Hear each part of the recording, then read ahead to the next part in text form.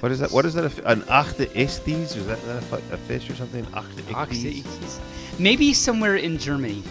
And actually, speaking of Germany, because apparently now I'm speaking in Germany, I actually figured something out on my very own. It's actually, you probably already know this because you know lots of things, but I figured it out on my very own that a German fur from Hamburg is a hamburger. That's correct. That's correct. I was proud of myself for figuring that out. But yeah. Much anyway, like the Meister Burger from the Christmas show, A Year Without a Santa Claus. It was the Meister Burger. I don't know about this. Who was the Burgermeister? Well, you'll have to look that one up. I will. He was the evil person. Yes. Burgermeister. A Burgermeister is a title in Germany. Oh, is it? Okay. That helps a little. Yeah. Okay, got it. I'll look that up. See, now I don't have to explain that next week. So.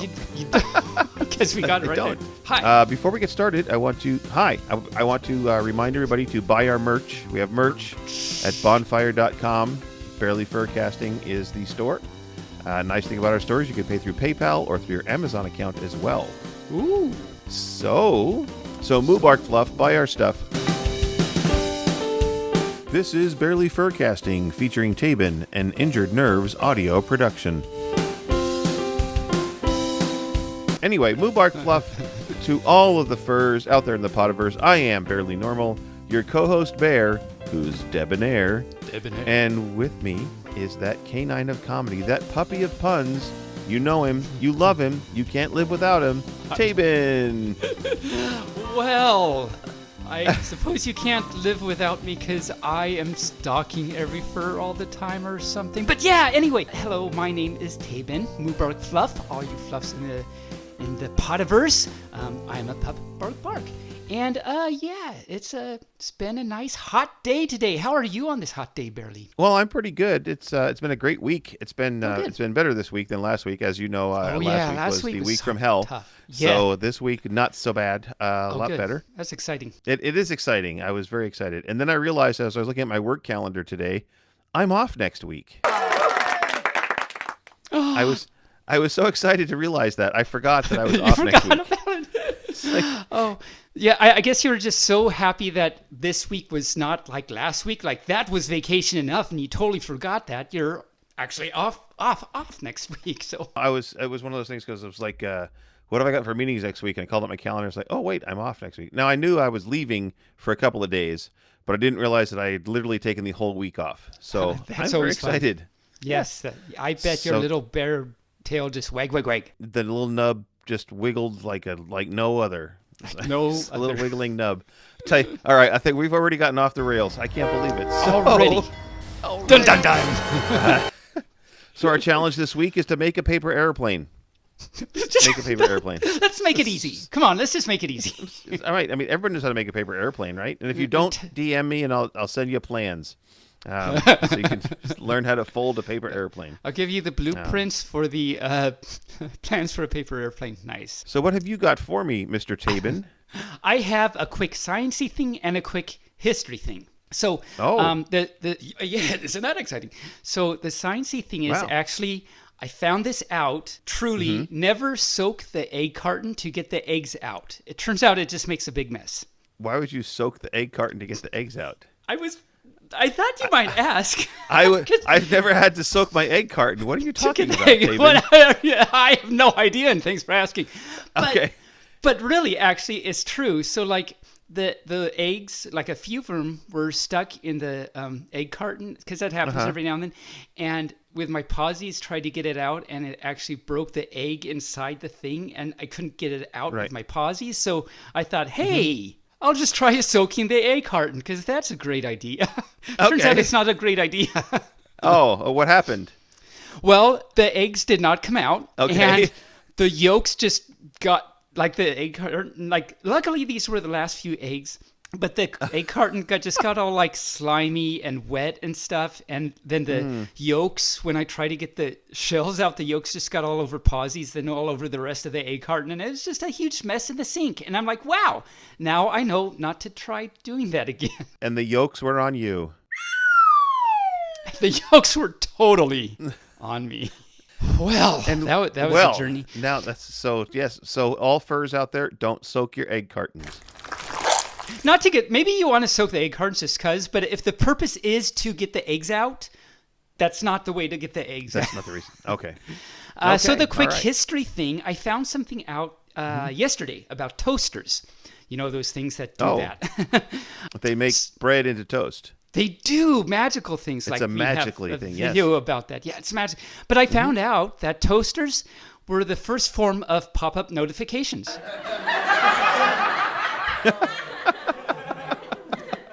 It's very true. You know? Pop-up toasters. You know that toasters have a long and varied history. I did not know that. Really? Yes. So my grandma had a device. It was like this metal contraption, like a cage, if you will. And dun dun dun. And you would put 4 pieces of bread on it, so it kind of make like a little pyramid, 4-sided pyramid. And then you would set that over the gas stove on low, and the heat would toast to one side, and then when you picked up the center, it went ka-chunk and flipped the bread over, so it would toast the other side. Yeah. I want to find one of these. You might find one in an antique store, but if you look at them, they kind of look like a lobster trap. But then when you look at it, oh no, that's for toasting. That's for toasting. But it's perfectly harmless. No, that's really cool. I had no idea. And those were not pop-up, obviously, because you had to watch, or you'd set the house on fire with the gas burner. That's right. They were bread. Very intensive, very cool contraptions, but very, very, very labor intensive. You had to watch. You could not just walk away from your toast. No. Don't walk away from your toast. Don't soak your egg carton, and do not, whatever you do, walk away from your toast. Absolutely. Never walk away from your toast. You never know what's going to happen. Things might pop up. Did you ever have a toaster that literally threw the toast out? I've seen videos of that, though. It's like so much spring power, the toast goes flying across the room. Well, I guess I'm gonna have to make a new toast now, because now that one's on the floor. Luckily, it wasn't buttered yet. But anyway, we have moved far afield of this one today. The field of trains is a rye. It's a rye field. It's apparently. A rye field of trains? Wow. It's like Field of Dreams. Build it and they shall come. I don't know. I don't even know what's going on. I don't even know. Right now. I have no clue what's going on. But let's get to the past today, shall we? Let's do that. Okay. So, you talked last week about probabilities. I did. And as I was listening to that again, I thought about the probabilities at a slot machine at the casinos. And I thought, the probabilities, the math that you threw at me, I was like, oh, that would be kind of works. In a common video slot machine, there are between 3 and 5 reels. Okay. So that's the little things that go around and round. Yeah. In the olden days, it was actually a wheel that spun, and now it's just a video screen. Like just little pictures on it? Right. And, I see what you mean. Yeah. It used to be Yeah, they used to be mechanical. Now they're all electronic. So if you can find a mechanical slot machine in the casinos these days, they're all run by Windows. You're at the right place. Most of the reels now have 23 symbols on each reel. So the possible combinations are 23 to the power of the reels. Does that make sense? So if there's 3 reels, it's 23 times 23 times 23. 5 reels, 23, 23, 23, 23, 23. So by using your math methods. It's a new word. It's methods. Methods. It's like we're going to patent that one. Methods. A 5-reel slot with 23 symbols results in over 29 million combinations. That's a lot of combinations. So the probability of getting, a winning spin is pretty one low. Out of that. Yeah, 1 out of 29 million combinations. And by the way, I didn't figure this out on my own. I looked it up. I'm not a mathy bear, so I looked this up on the interwebs. The interwebs and the Googles. But they did show your multiplication of the 1/32 method, which I thought you talked about. Did you not talk about the 1/32 method? No. Well, and so you said, and I went back to see my notes, and no, there is no 32nd in there. So I'm not sure what I mispronounced. I don't know what I mispronounced. But I don't know. So any fur. Write us about this. If you go back, because we're running for office, write us in. Yes, write us in. Go back and listen to me talk about probabilities in last week's episode, and see if you can figure out why Barely might be thinking I had a 1 in 30-second method, and we'll be very excited to find out we wag. I know. I'll have to listen to it again. Once I'm done with it, I'm like, I'm done. I was like, I'm done. I've heard this 1,000 times. I'm done. Oh, so, I know. The main difference between these probabilities and your probabilities is because each reel has the same number of symbols on it. And so when one reel stops, there's still 32 or 23 symbols on the next reel. Whereas in your example, when you take a card out, the probability goes down because now there's one less card in the deck. Or you multiply by, like in those examples I had, you have 52 cards in a deck and you remove one, and so there's 51 left. So you multiply 52 by 51, not 52 by 52, because you took out a card. That's the reason that casinos are so big, because nobody wins. They take all that money and build those really flashy casinos to make you spend more money and put more money so in the one-armed bandits. Flashy yes. Casinos. And so now I'm thinking, so there's 32 times 32 times 32 possible combinations. Mm-hmm. But if you wanted to know, for example... I like that. I'm going to make a note, and next time I'm going to do this as a last time today, because anyway, I'll have a last time today about probabilities of reels on casinos, or reels on casinos. Meals on reels. Casino. Meals on wheels on casinos on reels. Wow. I'm surprised they haven't come up with a casino machine like that called Meals on Reels with a whole bunch of food on the reels. Like you got some hamburgers, so you've got some German furs, some hamburgers, and then hamburgers, some hot dogs, sort of Wiener Schnitzels for the Germans. It's like, yeah. That was my past today. Do you have any past that you want to discuss today? I do. I have a few past todays. Why does that sound funny all of a sudden? But the first of which is, I think it was last week or a few weeks ago, I had referenced how in season 2, episode, I talked about the socks Easter egg thing. You had said, find the socks. That's our new Easter egg or something. So I was thinking about it. Okay, so what can we do for a socks Easter egg? Because, when we talked about it, it's like, I don't know what we're going to do. So I figured at least this time, count the number of times one of us, either you, Barely, or me, says either sock or socks in this entire episode. Okay. And then you furs out there, count the number of times, and then write us in. And the fur that gets closest to the right answer gets something, I guess. I don't know, but we'll figure it out. I'll go through my laundry, grab a sock, and mail it to you. How's that? There you go. Nice. That's exciting.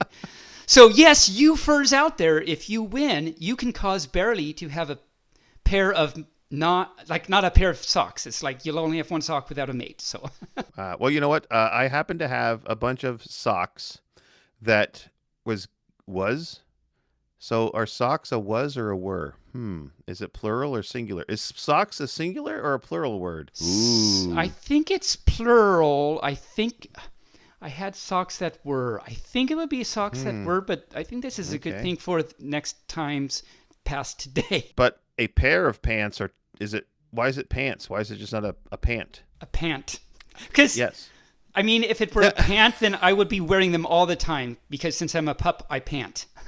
You pant, yes. They come from the word pantaloons, which is what pants were derived from. Wow, look at all the history we are getting into today. Look at this. Pop-up notifications and everything. So, yes anyway, there you go. Count the number of socks. So on I'm in the middle of listening to season 2, episode 7. That's when we had Thay, parkourer, on the show, and he talked about some of the original parkourers, David Bell and Sebastian Foucan, which I looked at some of their videos and they're pretty amazing. But I was realizing it's David Bell and Sebastian Foucan. So Bell and Sebastian. Have you ever seen the show Bell and Sebastian? I have not. There's this animated cartoon from, I don't know, I watch things on YouTube and they're from who knows when. I think from the 80s maybe, but it's an animated cartoon called Bell and Sebastian, and Sebastian is this little boy thing, and Bell is this huge fluffy dog, and I love Bell. Anyway, so he said those names and I was just thinking about that. And also on that episode, I made a small, not error, but admission. So in the math, that's when I was talking about the irrational numbers and transcendental numbers. Oh, yes. Yes. Yes. They were enlightened numbers. They were enlightened, transcending. I don't know why I do that. But anyway, I was talking about how irrational numbers have infinitely long decimal expansions, whereas rational numbers, that is fractions, have, like, they're finite. They stop at some point. And that's true. Yes. Except for, I forgot the word non-repeating. Okay. So as stated, it's slightly false. So irrational numbers have non-repeating infinitely long decimal expansions. For example, the fraction 1/3, it's a rational number. It's a fraction, right? But the decimal expansion is, you might know this. What's the decimal expansion of 1/3? 0.33333333. Right. Yeah, 0.3 repeating forever. Yes. Exactly. So that's an infinitely long decimal, but it's not an irrational number. So the number 3 repeats, and that's the distinction there. And also similarly, the fraction 25/99ths, it's a rational number, but the decimal expansion is 0.25252525252, so it repeats. So that's the key distinction there. And so that's interesting when you think back to that episode, I talked about pi and the square root of 2 and how those are irrational. That means that we know for sure that those decimal expansions do not repeat. Like never. You could go out a million trillion whatever decimals and it doesn't start repeating. We know that. And so that's actually, I think, pretty cool and interesting. You know, when it comes to pie, I prefer cake. I'm not even going to respond to that, actually. I'm just not. Anyway. You're just going to respond at all. Anyway. Actually, on that note, sort of, and this is actually still part of the past today, I'm going to give you a heads up. This is a pun, and I want to see if you get it. Okay. And it's okay if you don't, because if some fur were to tell me this pun, I wouldn't get it until it was explained to me. So it'll be really exciting and impressive if you did. I can't wait. What kind of concert only costs 45 cents? The answer is a low-cost football player. I'll say it again. Okay, a low-cost football player. Yeah. What kind of concert only costs 45 cents? A low-cost football player. All right, for any fur listening, write in and explain that pun to us, and we will, if you explain that pun and is correct, then we'll have you as a guest on the show to explain why that's a good pun. I like this better because I was actually just going to tell you the answer, but that's a much better idea to have some furs write in. So I'll. So do you have any anyway, other pass today? I don't. I really like that idea, though. I'll make a note to talk about that next time. It's time for us to post the link for 5 Minute Furs, and I have it on good authority that we may actually have somebody come in. So I'm going to post that link. So while we're waiting for that person to come in, I want to say in the mailbag, right after we're done with 5 Minute Furs, we asked 2 weeks ago for people to record their fur name backwards, and that I would then put it in the podcast and play it backwards to see if their fur name actually came up in their own voice. Now, that's awesome. Did we get any? We got 5. We got Bixby, TikTok, the Tater, Theo Beagle, and Brutus. So stay tuned after 5 Minute Furs. I'll play them saying their name first, and then I'll play it backwards, quote unquote, and we'll see if it playing backwards actually says it forwards. I'm really excited that we got so many. Well, 5, so many. Furs well, that's the most we've gotten ever in a year and a half. That's the most we've gotten ever on anything. I think the second most is 1, literally. So that's exciting. Although many furs did explain the joke about the Romans. So there is that. I'll count that. There is that. So that's what we have in the mailbag. What should we talk about while we're waiting for this fur to come in, if anybody's going to come in? Well, I have a quick joke for you. I don't know if we want to. It's a quick joke. I'll just do that. Okay, give me a quick joke. Okay. So a weasel walks into a bar. The bartender looks up and says, "Wow, in all of my years of tending bar, I have never, ever, ever had a weevil or a weasel stop by. What can I get you?" Pop goes the weasel. Pop goes the weasel.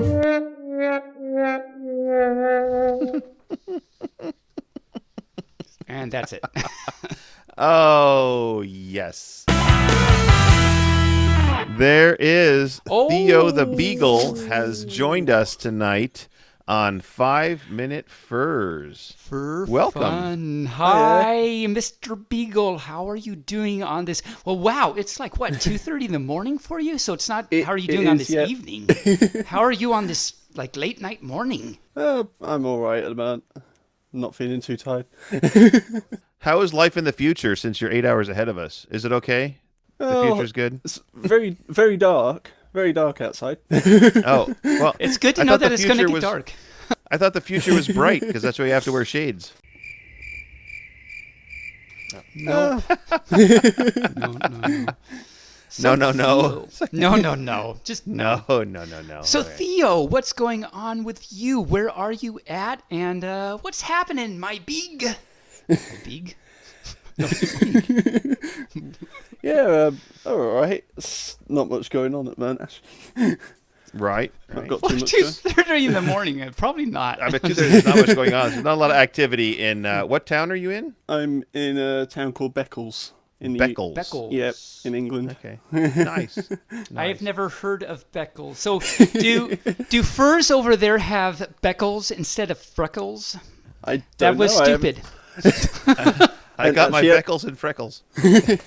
And actually met any others over here yet. Oh, You haven't met any furs over there. No. Very new to all of this. Oh, so what brought you to the fandom then, since you're new? I'm not really sure. I sort of saw some of the images online and thought, that's kind of neat, and sort of end up finding what it's called, and sort of slowly work my way into what is this? What is this strange thing I'm looking at? And it has a name? What? Yeah. I like how you put that. I had to find out what it's called. What is it? just found out about it, and I was Nice. like, looks So all right. what made you Beagle, Mr. Beagle? I'm not really sure. Saw some of the other Beagle furs and thought that looks quite neat, and just decided to go for that to start with. And Hey, look at that TV monitor out there. That looks neat. I guess my persona is now a TV monitor. yeah, it's basically along those lines. Basically, Right, yeah. The good thing about being a TV monitor is that you're watching over every fur all the time because you're monitoring them. No, okay. I tried. We know that Theo has listened to all our podcasts. Yep. He's binged them over the last couple of weeks, so he knows that this is a pun-filled podcast. Yes. And really bad jokes. Yeah. Yes, and actually, thanks for reminding us, Barely. So shout out to you, Theo, for binging all the pup-episodes and some of my videos. You've seen some of my videos, I think you said. Saw a few of them. I've not seen all of them, obviously, but I've seen a reasonable number. A reasonable. Reasonable. What is a reasonable number of Tabin videos? Just off the top of your head. That's scary. I'm not really sure. I think over the past couple of weeks I might have watched like 10 of them so far. Okay. Oh, That's okay. that's actually pretty good, because I would think a reasonable number of Tabin episodes videos would be like a half. It's like you watch a half of it and you're like, okay, I'm done. I cannot. The cringe factor is so much here. I'm just not. Yeah. So good for you for hanging on. You must be like some kind of masochistic fur or something. So good for you. I don't know. So what do you do out there in the England, Mr. Theo? It's mostly, I don't know. It's we've got an apprenticeship. Just go to work and then hang out on the computer for the rest of the day, basically. What are you On an the apprentice compute. for? I'm in apprentice for maintenance engineering, actually. Oh, nice. Ooh, Yeah. Nice. wow. What Very specific kind of engineering, like what specifically do you do? I prefer the electrical side, electrical engineering. Very nice, Oh, very very cool. nice. That's what you prefer. Yeah, because of the apprenticeship I'm on, I've got to do both electrical and mechanical. Oh, wow. How long is the apprenticeship for? 4 years. I've now reached 2. I've now Oh, wow. reached the So end you're of 2. halfway there. Yeah, Halfway halfway. there. So- It's on the downhill slide now. Good for you. Good for you. Yeah. So it occurs to me that the reason you have 2 of them, and that's why you prefer one of them, because you have to pause in between them. I'm shaking my wow, head. I'm you are shaking my head. I'm just totally shaking my head. Again, cringe is happening, and Cringe is my happening. name is Tabin. I am a pup. Bark, bark. Right. Oh in yeah, socks. Don't forget socks. Yes, don't forget the socks. Theo, and- when you listen to this episode, you'll understand why socks is good. Can you? Can't forget the forget socks. socks. No. Can't forget No. socks. So when you hear this pupisode come out, you'll actually know more specifically why we made sure to mention the socks. There's an actual reason for it. Yeah, there's a reason for mentioning socks, it turns out. Who would have thunk it? Who would have thought? Who would have thought? So what are your plans for the future, Theo? What are you going to do? I mean, obviously you're going to be a mechanical or an electrical engineer. Yeah. But what is your plans? What are your plans for the furry future? I'm not really sure at the moment. I can't wait to get to like my first con and that sort of thing, and then just see what happens from there. Basically. Okay. But Are there first any you've got cons? Are there any cons you've got to local look you? up on the Googler and find out what this is called. Right. Yeah. So are there any fur cons near you or nearby where you live? There's none like very close. I mean, the only one I've seen so far, but I might not be looking in the right places, is like 3.5 hours away. For a 3.5 con, that's hour actually drive. not too bad. That's kind of... Yeah. Because, it's not... Yeah. We've been known to drive 9, 10, 12 hours to go to a fur con here in the United States. So I know for that 1 year, he and a friend drove 25 hours from, I think it was Arlington, Texas or something, to BLFC. It's like by the time they were like done with that, they're like, you can imagine what they... And then they had to go back. Right. And if Theo drove 25 hours, he'd be 3 countries over. Yeah, pretty much. Whereas in this case, it's just like you're in the state above you. Right. Yes. Yeah. I have actually been over to America a couple of times. I do know what it's like. Yeah, it's very big. It's a very big country. Very different. Very different. So, yes. So what fur cons? Like, do you have any aspirations? I don't know why I say it like that, but that's very dramatic. I'm a dramatic because you pup. aspirated. Because you aspirated, and now you have aspirations. Do you have any aspirations? Socks and aspirations. Those are the words for this particular episode. So do you have any aspirations to come to a fur con in the Americas? Socks. Yeah. I can't wait till I can, but it'll be a little while till I can save up for it. And what con or cons are you hoping to eventually make it to? I'm not really sure at the moment. I was just going to see sort of like what ones most of you guys normally go to and see if I can meet up with some of you guys at some point. Very, very nice. Well, thank you for, even after talking to us for like 5 minutes. You still want to be with us. Still want, like, you are amazing. Let me just say, shout out to Mr. Beagle here. Right. Well, Theo, you know what? Our 5 minutes are up, and this is a small bit, and I know that you're getting tired. It's almost 3 o'clock in the morning for you. So we're going to say bye-bye, Moobarkfluff, and have a great day tomorrow. Or today for you. Or today, have a good day. Today. Yes. Yes. Moobarkfluff. Moobarkfluff. Talk to you next time. Have a wonderful morning, day, thing, whatever you're having, and I wag bark. Yeah. Okay, so as promised prior to 5 Minute Furs, I am now going to play the names of the furs who submitted their names as they were saying them backwards. And then I'm going to play that backwards to see if they were able to capture their fur name in backwards speak. All right, so here we go. First one up is Bixby Wolf. Flow Ibasikab. We Wolf. Kind of. All right, next is TikTok. Cotkit. Well, that was a little bit better. Now we're going to try the Tater. Yeah, no, that didn't sound like the Tater at all. Okay, we now have Theo Beagle, who was just on our 5 Minute Furs. Underneath. Theo. Yeah, nope, that was nothing. That wasn't even close. And then finally we have our good friend Brutus. Suitor. Yeah, well, no, that one didn't work either. Well, so there you go. So if you want to do that again, go ahead and submit your name, saying it backwards on Telegram, and I will then grab it and turn it around and see if you were successful in saying your name backwards in a live format. You know what? I think we should get to our guest.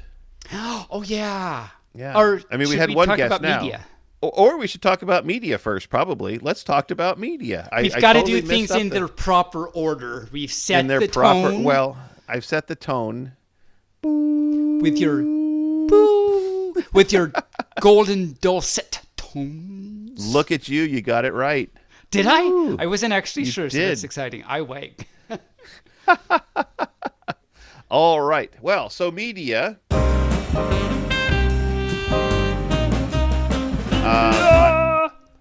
Yes, I started a new show. Well, new to me anyway. A series on Paramount Plus, and it's called Evil. I don't know why I said it Well, that that's way. new to me too. I have not heard of this cow. You should always say that word evil. Anyway, Evilly. so it's about this psychologist that works with the church to prove or debunk holy paranormal things. Holy paranormal things, Batman. Ghosts. Oh, sorry. Socks. Fox. That's right. I've watched one episode. Aspirations. That's what your shins that breathe. They're aspirations. You got to breathe. Oh, You just got to do. The shins got to breathe. You got to breathe with the shins. Anyway, so I watched that show. I watched one episode. It's okay. It's a little dark, but it's also a little lighthearted, and so it's kind of a dark comedy, if you will, from times. So it's more gray. Would you recommend checking it out, or is it just not worth time? Well, I'm one episode in, and I didn't go bleh when I watched the first episode, so I will think I will, we'll try it again. So stay tuned. Same bat time, same bat channel, and we'll see if Barely gets things going either. Anyway, yeah, I will be excited to hear how it goes. Yeah, and then I read 3 more chapters of Heretic. Oh, nice. Yeah, very nice. I got to the part where he participated in a duel and that the pups were born. So that's I don't want to give spoilers, but I mean that's a major plot point: the pups being born. So that's. I don't want to give spoilers, but guess what? But guess what? He was dead the whole time. Yeah. Oh my fluff. The outcome of the duel, you will have to read yourself to find out how it turns out. You'll have to read. And I definitely, apparently you would agree with me, Barely, when I say I highly recommend. It's a great book. It's a great read. It's a really great read. Rucus's Heretic. Yeah. Rucus's Heretic. Shout out to Rucus. Great writing, great story. And the artwork in there is amazing. The art is she's so good. Oh, such so good. Yeah. Go back. So, shout out to us, I guess. All you furs, we had Rucus on the show way back. I don't know. Way back. 10? Like I don't know. July. Way back. Yeah, way back. Yeah. But almost go back a year ago. and it's in the title. You can see we have Rucus on the show. So go back and listen to our conversation with her. She was very fun to talk to. Shout out to Rucus. That's been my media. I've been busy bear. I'm so glad your week's been better though than last week. Thank you very much. So I know when you have a bad week, it's not a good one. That's a bad one. Yes, I mean some people like bad weeks, but I prefer good weeks. I do too. We are like fluff. So yes, my media. Speaking of reading, I finished Kyle Gould's Camouflage. Oh, did you? Yep. Do you recommend it? I do. I had little puppy tears, of course, at the end, just because it was so great. It wasn't like a sad ending. It was just, I do that. I'm emotional pup, but sense a pup, as it were. But no, really great read, really great. Rucus does the artwork in that. There are a few, just a note for that wants to read. There's a few scenes that this pup, little bit of sense a pup had to skip a few scenes because they were, I don't know, Kyle's gotten gruesome at times. Anyway, so you might have to skip a few. Okay. Wow. You might have to skip a few scenes, but it doesn't detract at all. It's still a really, really great book. And so good. That's that. All right. And I've been continue watching some old episodes of South Park. Finished Lucifer season 3. Great show. There's I think Season 4 3 seasons right now. I thought you said you started season 5 at some If point. I did, I totally lied. Okay. I don't know what I said, but Okay, I thought you said, because I was thinking, wow, you're ahead of me. So no. I don't even think. I think they only have 4 seasons. I'm not sure, but no, that's a hotel. yeah. So Lucifer, no spoilers, but Lucifer goes to stay at a hotel, and then they found out he was dead. I don't know. It was. Right. Can the devil die? Well, just watch Lucifer and find out. But actually, no spoilers, but just on that note, can the devil die? In season 3, there is a related kind of question. And I'll leave it vague like that for any fur that hasn't seen season 3 yet. Okay. We finished the season of Man with a Plan that we were watching, and I started re-watching Beastars season 1 in preparation to watch season 2. Well, And that's good. exciting. So you know what's coming up, so you don't forget. Don't forget. Yeah, because it's been forget socks. Don't forget your socks. Don't forget your socks. Yeah, I mean, it's been a while since I saw season 1, and it's so great to rewatch. So for more media in terms of games, so this is a game I haven't played, but I don't remember how I came across this, but there's this board game from 2008 called Pandemic. And guess where it was made? At the CDC? Where would the pandemic come from, Barely? Oh, Seattle or China? China. Yes, China. What? No. Where did the China? No. Well, okay. In America, it started in Seattle. That was patient 0 was in Seattle for the COVID. But where it came from was China. Yes. or so the controversy theorists would have us believe. So this is going way different than Way- how I thought this conversation was going to go. Anyway, how's your game, The Pandemic? How's that going? I don't have it. I haven't played it. It's just something I Oh, noticed. okay. I thought you were going to tell us all about it. It's like, Nope. nope. Oh, well. But it is actually. Sorry, apparently Furs. Sorry, everyone. Sorry. We thought you were going to talk about it, We but got you excited. now we have to. But apparently, it does have a high rating, like on Board Game Geek. So it is actually probably a good game, from what I hear. You could check it out. But you know how I play Hearthstone and everything. And a few weeks ago, I talked about how I made it to Diamond 2, my best ever. I was so excited. I wagged. This last week, I made it to Diamond 1 with 2 stars.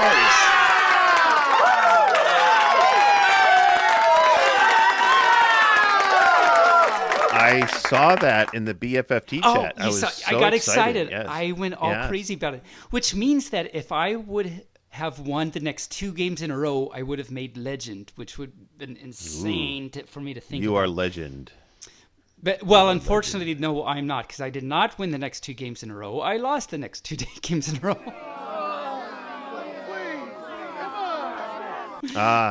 But, does that take you down from Diamond then? It does. And actually, I'm glad you bring that that up. sucks. I don't think I've talked about this before, that it's not one of those games where, like, you just keep playing and then just, you keep getting better. You keep improving, but you don't get further. So how it works is, if you lose a game, you lose a star. If you win a game, you gain a star, but there are win streaks. If you win 3 games in a row, you get like an extra star each time you win after that, until you lose, of course. Okay. Now, the trouble is, in high diamond levels, like after you hit Diamond 5, you're very lucky if you hit a win streak. So you might, do 2 games in a row, hopefully, because that's the only way you're going to progress. But you hardly ever get that win streak. So anyway, it takes a really long time to get from Diamond 1 with 2 stars to Legend, because, I mean, you're playing against like some of the best players and everything. Anyway, it was really exciting to hit Diamond 1 with 2 stars. Diamond 1. Last time I heard somebody hitting Diamond 1, I was at an Amway convention. All you furs that know about Amway out there, you know what I was talking about. I was just going to say, I bet this is really great for any fur that knows all about Amway, but this pup doesn't. So any fur that gets that right in about it and Yes. explain it to this pup right here, because that bear right there. And if any knows. fur is a Amway distributor, get a hold of me because I would like some of the products, and I want to give our furs the points, the PVBV. Yes. EVBV? And again, PVBV. Oh, PVBV. PVBV. Yes. It's an Amway thing. If anyone can't tell, yes, I was a distributor at one point. Things happen, life goes on, but I really like the products, but I just didn't want to be a distributor anymore. It was just a pain in the buttocks. And the socks. And the socks, yes. Shall we get to are we done with the media? Shall we get to our guest? I'm done. I did it. Thank you for letting me do that. Let's get to our guest. Our guest today is please, Pooka. Oh, please. Pooka. Yes, That's right. Pooka. Pooka. Moobarkfluff, and welcome Pooka to our show. Hello. How are you tonight? I'm so great. You're Happy so to be great. here. Yes. You're not just crochet great, but you're so great. Oh, yes, sewing, which is relevant. It is actually. relevant. I didn't Yes. realize I meant to do that. I totally meant to do that. We'll just go with You're that. such a smart podcast person with all your good jokes. He's a smart pup, yes. His good jokes, I don't know if they're good, but okay, we'll go with that. All right. We can All almost right. classify them as jokes sometimes, so that's a good start. Sometimes. All right. Well, Tabin, I think that you have a bunch of stuff that you would like to talk to Pooka about. Or Polka. If you want to do the So polka, do you go like right to ahead. dance? Yeah. Yeah. So Pooka, the first question is, do you like to dance? I do. I freaking love to dance. Oh my cow. And yeah, I mean, of course you like to dance the Pooka, because that's what we already just referred to. And how is the Pooka dancing different than the polka dancing? My dance, all dances when I do them are the Pooka dance. Nice. So Nice. if I did a polka, it'd be like a Pooka polka. Extra Pooka powerful. polka. I like what's happening there. I'm not even going to try and go any further with that because I would mangle what the amazing stuff that's already happening. So, enough about me. Pooka, how long have you been a furry and how long have you been in the fandom? And I guess first I should ask, first and foremost, do you know that you're a furry? This can be a shock to some people, so. I do indeed know I'm a furry. I've been a furry Nice. since back like in 2012 is probably when I started like officially actually calling myself a furry. So almost 10 years now. And, I started out not liking furries because I was more of like an anime kid. And I could, if I saw a furry at an anime con, I'd be like, oh, I don't know. Yeah. That's weird. And I was literally like starting out like that. And I was gone like stuff like LiveJournal in like drama communities and stuff, being like, look at this weird stuff. But then I kind of realized, I was going back and looking at the art and being like, this is really, really cool. And I was like, wait, why do I keep looking at this? Why do I keep looking? What is wrong with me? Help. I need to call a doctor. Oh, it's pretty. Oh no, I like it. Here we go. Oh, no. Wouldn't you need to call a vet? That's true. That's definitely I guess. I don't know. How long did it take you to accept then that you were like, oh, I'm liking this now? And not only how long did it take you to accept that you liked this furry art type stuff, but then how long after that did it take you for you to admit, okay, yes, I'm a furry. Okay, fine. I think, since I was kind of not out in the open talking about it, it was just a personal thing where I was like, yeah, this is cool. Oh, these characters' designs, once you go from being like a high school where you're like, ugh, other stuff's not cool.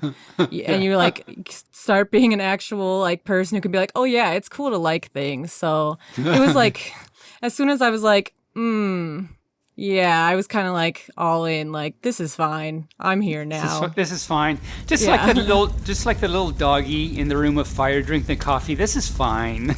Yeah, immediately from like empty room to just being surrounded by furry content and being like, yeah. That's pretty much like being in a room of a burning is down room good. of fire. Yeah.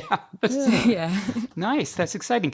And so at that point when you embraced the fur, the fluff, is that when you just said, okay, I'm in the fandom now, or did it take you to some time to find out that, oh, there's an actual full-fledged fandom here? Since I was in those kind of like weird drama communities and look at this and that communities, it's kind of like I was secretly just indoctrinating myself. Ah, okay. Yeah, and I was just like, yeah, I'll join FA. You know, there's nothing weird about this. Okay, Again, this is fine. This is yeah. Awesome.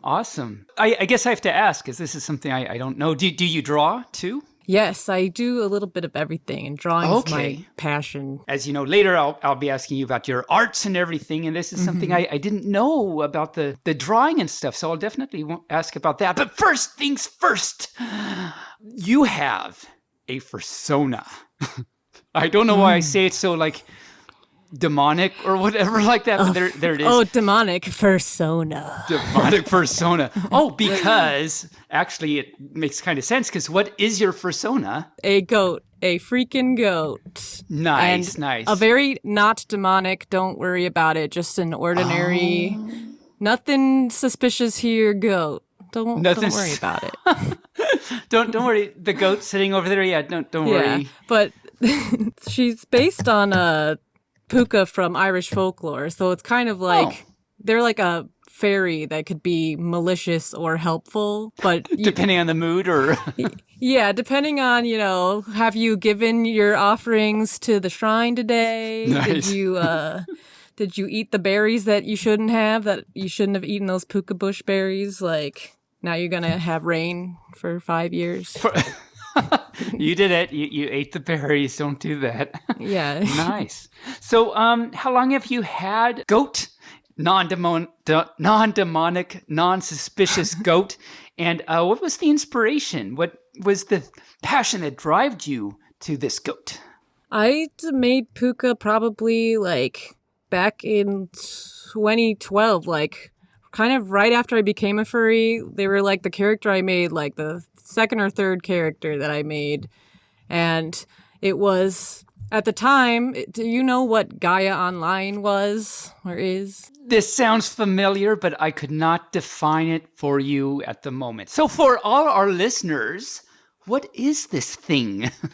Gaia Online was a forum site for more anime people, but there were furries. There's all kinds of people on it. Okay. And the major like quirk of the website was you had little dolls and you would like accrue gold and dress them up, and there was items and all that stuff. So it's like an RPG-ish type weird thing? It was just like text-based forums where you had a little doll that you would buy clothes for, and it would just be your avatar, basically. Oh, okay. Okay. Yeah, and one year they had a special item for like St. Patrick's Day that was, it was a Pooka as an animal, it was this little goat. And I was like, oh my God, because my nickname forever was Pookat with a T. Oh. And so when I saw there's a creature called a Pooka, and like I've always been a Capricorn, you know, born, can't choose, you know, you just are what you are. You just are, yeah. So I was assigned goat at birth. So I was like, wait, there's a sweet mythological creature that almost has my nickname, and nobody told me. So that was just, that was like the stars aligning for choosing goat as a species. Nice. It was just like, I was assigned goat at birth. It's almost my nickname. And I kind of like drew inspiration from that. And then taking like some of the personality from that mythological Celtic creature as well.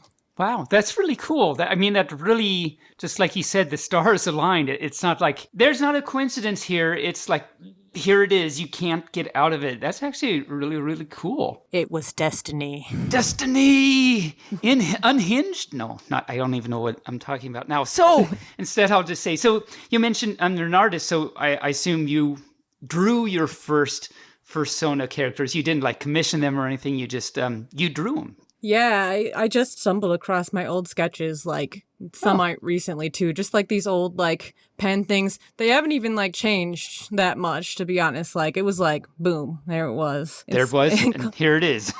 Yeah, still rocking it. Still taking Rocking the fluff on the goat. So, speaking of fur cons, because that's obviously what we were talking about. You've been in the fandom for 10 years-ish or something. So you've had a chance to get to cons and stuff. So could you tell us a little bit about your pre-COVID, of course, but typically the cons you would go to, how many per year and all that good stuff? I was already going to a lot of cons as an anime fan, so... Oh, right. Yeah, so I was going to a lot of those, and I sell at them, that's my occupation. So it was just a natural transition for me to start attending the fur cons and selling at them. And I've been to Anthrocon, and I've been to Midwest Fur Fest, I've been to FWA, and then the smaller ones local to me are I've been to Fur Reality in Anthro, Ohio. Nice. They've actually had some really cool virtual fur cons recently too that I super loved. There's the virtual Fernal Equinox was really awesome, and the Furality one, so I've been to the VR fur cons, and they were really, really great. Nice. So you've been all around. Do you have a favorite con? I know that's so difficult. You know what I mean? It is. Yeah. Okay, oh, yeah. I have to say that the convention that I had the most fun at recently was FWA, Free Weekend Atlanta. That one was so nice when I went there. And the con, space, the hotel is a labyrinthian nightmare. One of those. The staff did such a good job. They had this video that this really great video team had set up for registration, but their registration was so smooth and well set up that nobody was in line to watch it, and literally the guy that made the video was there we spent all this time making this great video, and nobody gets to watch it because they're too efficient. We don't even have a line.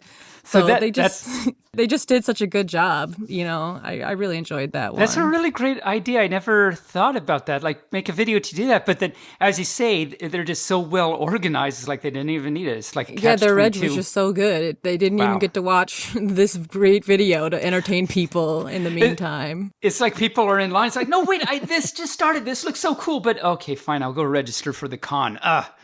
But no, that's really cool. Yeah, and then the guy who worked so hard was just there gosh darn it, we put so much time into this. It was time. Well, I hope someday they get to actually use it. This pup right here has never been to FWA, but I've heard many, many, many, many good things about it. And here's another great thing I've heard about it. Maybe so because I'm all West Coast and everything, so it's kind of hard for me to get way over there. Well, especially right now, obviously, but Do you have do you have a favorite con memory? Oh, when you think cons, just what comes to your mind? Well, I have convention story about the very first time I ever fursuited at a convention, ever. Okay. And it happened to be at a small anime convention in Kentucky called OMG Con. And that was when that was the...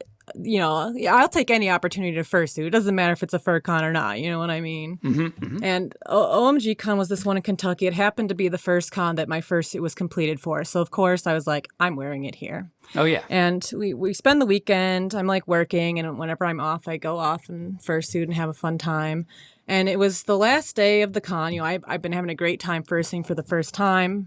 Everyone loves it. It's so fun. On the last day, I'm kind of milling around by myself, hanging out in fursuit. And there's this lady, and she has a little baby with her, little toddler, I don't know, 3 or 4 year old, a very young child. And I was interacting with the kid because he's very excited about the fursuit. And then I'm playing with him, and he's running with me, and he's running into the panel rooms to get his try to get his other parents' attention and stuff like that, and he's just loving it. And he's oh, goat, he loves the fursuit. It's great. And we're having fun, and it's kind of wrapping down. It's time to leave, and the mom kind of puts her head up by the side of my head, and she whispers to me, she's oh, thank you so much. He hasn't smiled since his brother passed away. Oh, wow. Oh, wow. Yeah. And I was just oh, my God. Oh. So, but you brought happiness to him. That's great. Yeah. Exactly. So I was just I'm not crying inside my fursuit head. Oh, I bet. Wow. No, that's, I mean, like Barely kind of just said it, it's sad, but it's like such a great feeling.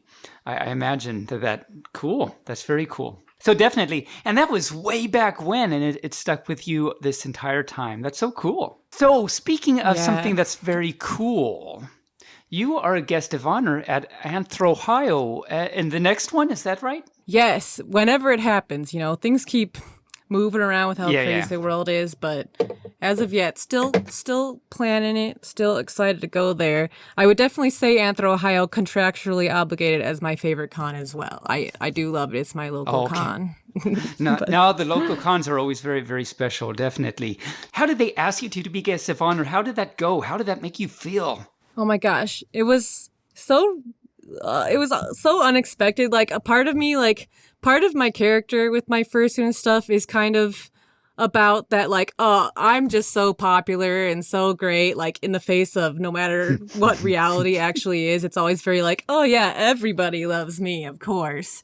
So it's like in the back of my mind, just messing around at this con and like having a fun time with people. I was like, I'm going to be guest of honor one day. It's going to happen. I did not expect it though. Literally, like, the con chair reached out to me online. It was just like, so would you be interested in being our guest of honor? I was like, are you joking? Are you kidding? What kind really? of question is that? I'm like, well, I have to say yes. I mean, at the very least, my character would definitely say yes to this, because it's just I perceive the way my character would do this is just slinking around in the underground, like sneaking in, like nobody allowed this goat in here. Who let this goat into this con? Who let the goat in? Bah. Yeah. So to get the opportunity to go in with and put like some ridiculous like cardboard ribbon around myself, like guest of honor, baby, and like run around, it's just like, it's like the troublemaker that like shouldn't have been allowed in getting given a position of power. So it's just, and then COVID's terrible because I've had way too much time to doubt myself. Now I've got, I was already looking forward for the year, and then now I'm just like, after the year passed, and now I'm another one, I'm like, but what if I don't deserve this? No. Too much time to think. But I'm so excited for it, honestly. I just can't wait. It'll be really good.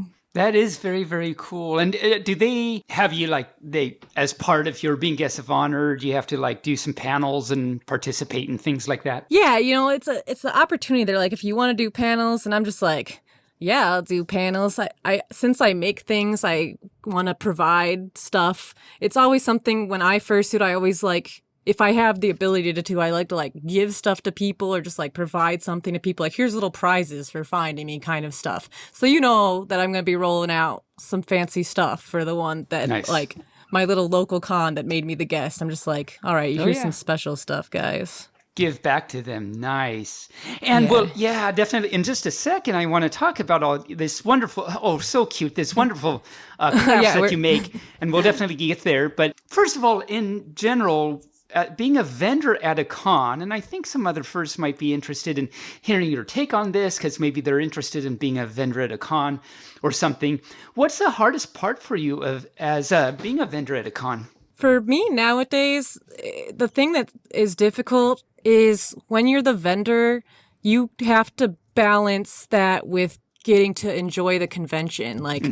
For me, if I want to go to a con to fursuit or have a fun time, you can't do that until the hours are off, and you're still technically working, so you might be tired or sore from sitting in that chair all day. So it's balancing the enjoyment of it around it, besides the business associated things like figuring out what hotel you're going to stay at and actual important things. Yeah, definitely. Oh, I can see that. So then on the other side then, what's your favorite part of being a vendor?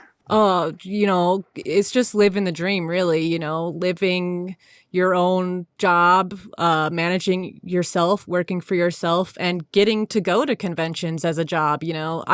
If I'm going to a con to sell, it's not like, here's my money that I'm going to spend here. It's like, well, I'm hopefully going out positive at the end of it. So it's like, you get to go to more cons, and it's like, it's not just like, ooh, can I fit this one in my schedule? It's like, hey, we got to find more to go to kind of thing, which is really exciting. The other way. Yeah, that is exciting. So this is your full-time job, the wonderful crafts you do? Yes, That's so full-time cool. job. So that means we have to talk about Pooka Dino Crafts, which is your business, of course. I love the rainbow little plushy things on your Etsy page, by the way. I just have to say, so cute. Oh my gosh, And, I mean, took it's all that rainbow. picture on the day that gay marriage was legalized in You the United did? States. Yes, that Did was you- the day. did you- I took them out for that day. I was like, oh my God, I'm Okay. going to go make a rainbow and take a picture. That's so cool. I mean, that's what I was going to just ask. Like, did you mean to do that, or was it just coincidence? But Oh, no, totally you were intentional. That's so cool. That's very cool. So it has a special. It's just blessed anyway. I mean, your crafts are blessed because of this. Oh, Oh, and so the note I was going to say before is I noticed when I looked at your Etsy page, based in Columbus, Ohio. And of course, I know, well, you would know, but barely knows why I noted that, because for some reason at one point really recently, our pupcast here was most listened to in Columbus, Ohio, and we don't know why. oh my gosh. I'll so find them that's for really weird. you. You want me to Yeah, go we knock have- on Yeah, their so- houses for you? We have no clue. It's like Columbus, Ohio has risen to the top of our most listened to city. And we're like, why Columbus, Ohio? Why? And the second me- most is San Jose, California. So what? Wow, but, complete Yeah, opposites. if you could Right, find yeah. out, it's totally right. So if you could find out, like, why is it? You know, we're just really curious as to what's going Oh on. We have gosh, some well, ideas. I'll put but- up some posters for you. I'll be like, do you listen to Barely Normal Right, there you go. Podcast? Call in. Right. Yeah. Call it in. So No. is Columbus where Anthro, Ohio is held? Is that in Columbus? Yes, right here in Columbo. Well, maybe we should make a point of getting out there, Tabin, since they are our most fans. Oh my gosh, you should come here in the year I'm going to be guest of honor. Come on, we'll party. We'll have a good time. Well, and Anthro, Ohio is one of both of our good friends' favorite con, actually. Oh my It's been gosh. going for 2 or 3 years, I think. Anyway, and so we've talked to him about going one year, but we just haven't made out yet. Anyway, Oh, it's so good. You should definitely try to go. nice. Yeah, no, I've just heard great things about it. Well, and you're there, so I mean, come on, right? That's the real draw. It's a real draw. So your crafts, they're all really cute and very creative. Actually, I can't say that I've actually seen specific things exactly like this. So tell all our listeners, what is it that you make? What are your crafts? Well, right now, primarily what I make is keychain sets that will be two animals that link together or line up, and they're carved together from the same wood. I have a laser cutter in my house. It's literally a foot away from me as I sit here. And basically you got your two keychains, and like they have a wood grain that matches up, and it's a gift for yourself and your significant other at the same time. What's better That's than very that? cool. Yes, that's very cool. And, you know, as I said, I mean, like keychains, of course, people know keychains, but I don't know if I've ever seen this particular, like, interlocking. Well, and of course, haven't seen any more, quote unquote, furry-centric interlocking keychains. So it's pretty unique, I think. And a lot of people, well, obviously, a lot of people buy them because, well, this is what you do. And I noticed, there's no real reason for me to say this, but I just thought it was notable when I was looking at whenever I was looking at your Etsy page, one of the little keychains, it was the interlocking otter keychain, and it said in the bottom, because this is what Etsy does, it said over 20 people have this in their cart. Oh, yeah. So that was just really cute that it said that over 20 people. Anyway, I thought that was very cool, very cool. So how long have you had PKDC, and how did you start with it? Oh my gosh. So it's the first table I ever did was like back in 2008. And I would say wow. my Etsy store, I didn't really open the store until like 2010. And like it wasn't really like serious until like 2012. So here's some dates for you. But basically, I've just always been kind of a crafty, artsy type of person. And I always made like little things like charms and little plush and whatnot. And it was just something that I just kept doing. And because I was kind of connected to the anime con scene and they had their artist alleys there, it was just something I just like tried to do. And I just kept doing it on the side while I was going to college for graphic design. And I've just continued to make more things, and it just became very successful. And although my intention with, going to school for art and my pursuit of art was to get a job somewhere else, I wasn't going to give up when I was running a personal business that was successful enough. If I could work for myself, I mean, like, well, why give that up if you have the opportunity to? And especially if you like it, that just puts it over the edge if you actually like it. Yeah, if I didn't like it, it might have gone a little differently, but I enjoy it so very much. Cool. Getting to like make things that I just like and do it for myself, and I feel so lucky. And I say again to all you furs out there listening, it's very cute, very well done things that Pooka has. What are the price ranges typically on your things? Well, you have a variety of prices for like the keychains. They're usually between $18 or $20 for every set, and you can get custom engraving for generally like $5 more for one side. And I also sell cheaper stuff like, stickers and pins that are also my art and that I make in my house. Oh, okay. And, cool. Those generally are like $10 or less. And if you're a crafty person and you like to paint, I sell versions of my keychains that I make from like this unfinished board, so you can paint them yourself. And those are usually like $10 or $12. So that's very cool. So that's in a way, that's kind of, you've got an interactive component to what you sell. Yeah, I love crafting, so I like to offer products that encourage other people to be able to craft things too. That's very, very cool. Very cool. What is your inspiration for these things? I mean, okay, so you've got different animals and things, and okay, there's that layer, but then kind of a deeper level is, for example, you might think, oh, well, you're a goat, so you might just think all your things are going to be goat, but they're not. So there's got to be some other type of inspiration for what makes you decide to do this versus this or that type of thing. Sometimes it'll just be when I'm developing the designs, it'll just be like, I think these two animals would look really good if they were rolled up together, and I like cats. That's a really good reason and inspiration right there. Yeah, and I have some good goat products. Don't get me wrong. Totally. Some high quality goat merchandise. So all you goat furs out there, and there's not too many goat furs out there, but for all you goat furs out there, this is the place to go, definitely. And you said you do custom, you said custom engraving. Do you do custom orders? Like if some fur said, I want some interlocking wildebeest that have this characteristic, would you do something like that? I do have a listing for it. It's not inexpensive. The minimum is like, I think $100 to design it. Wow. It's a multi-day thing, but it's a big project. Yeah, it's like, it takes a lot of time to make really nice vectors. Mm-hmm. But right. So I make custom ones, but sometimes it'll just be like, someone will be like, I want a bee and a stingray, and I'm like, I'm not sure about that one. Nice. What we need 2 interlocking socks in Tabin's colors. Yeah.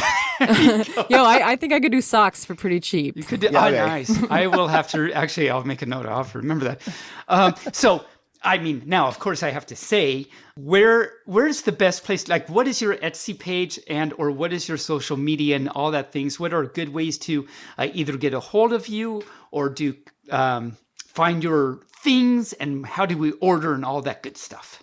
Well, for my store-related stuff, you can always find me on Etsy.com. My store name is Pooka Dino Crafts. The cat is with a K to make things confusing for everyone. Nice.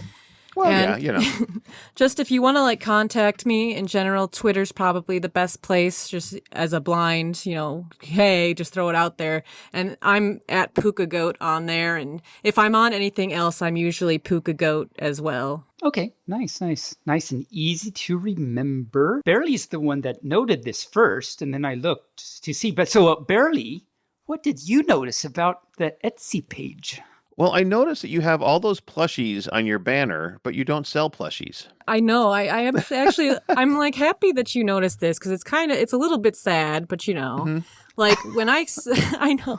I'm happy you made me sad, Barely. Thank you so much. I didn't mean to make you sad. I'm sorry. I'm happy that you noticed. It's because plush making was what I did 100%. What I have now is not what I had in my store, many years ago. It's changed over the years. Yeah, I love doing all kinds of different crafts. I'm always doing different stuff. What I'm doing right now works super well, but what I used to do was sew, and that was almost exclusively what I did. I made plush dinosaurs, all the things you see in my banner, stuff like that. And I really love sewing, but it's my hands and my wrist and my body was suffering because I was working so much for cons. Okay. All I would do was get up and I would get to my desk and I would just sew all day, every day for every con.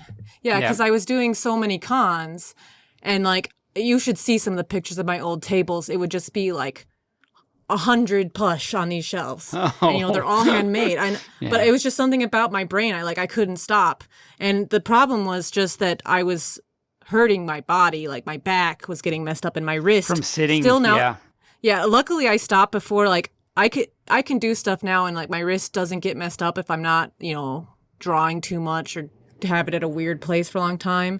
But it was just like getting really messed up, and I had to kind of take a break from it. Like now it's just repetitive stress of sewing so much, so I kind of like don't really do it anymore, which is a little sad. But you do have, I noticed you do have some patterns though, so there's more of the interactive thing. You can sell some patterns to furs out there, and then they can practice their own craft. Yeah, exactly. You know, if I can't really make them the way I used to, but I sell the patterns to encourage, you know, other people. Those are literally the same patterns that I used to make just all the time. And now other people can make them too. Nice. So really, I mean, you've got like an extension of yourself in that way. So you're still indirectly doing that craft in my mind. So that's, I think, very, very cool. So Pooka Goat, I have another question for you. Are you excited? Do you wag your little nubby goat tail? Tiny goat wags. Tiny tail goat day. tags. Goat wags, yes. Tiny goat wags. Okay, they go fast.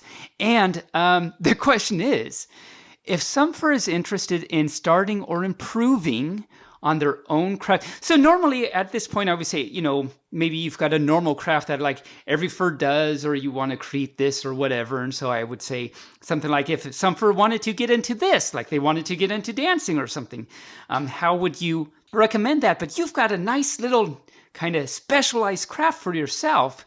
So if some fur had their own specialized craft that they were interested in, maybe they've been thinking about it, so they want to start it, or they want to improve on their own creations, and or they want to build a business out of it, such as you have done, what sorts of things would you recommend to these furs? Well, I definitely recommend opening your eyes and looking around and seeking out all the different, like, platforms for making things there are, you know, all the different materials and techniques. Because when we're talking about like crafting and art, creativity, there's not like a single or even a small handful of different ways to make things or be creative. So if you're interested in like finding a craft, the first thing you have to do is look around and find out what you're interested in. Because if you're interested in like taking it to be a business, you know, something that far, you know, it's all about having the technical skill and experience to craft something well enough for people to want to get. So it's all about finding what craft inspires you and what you are passionate about and like to do, and just like kind of devoting a part of yourself to learning it and like mastering it as much as you can.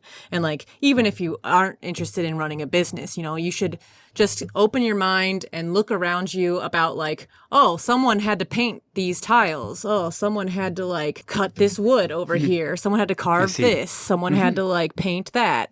So it's all about, I recommend just like really immerse yourself in trying a lot of different things and, you know, get inspired by what people do, and then try and take it in your own direction as well. You know, never stop innovating and seeing like, once you know how to do something, you know, figure out how you can do it in your own unique way that no one else can. Nice.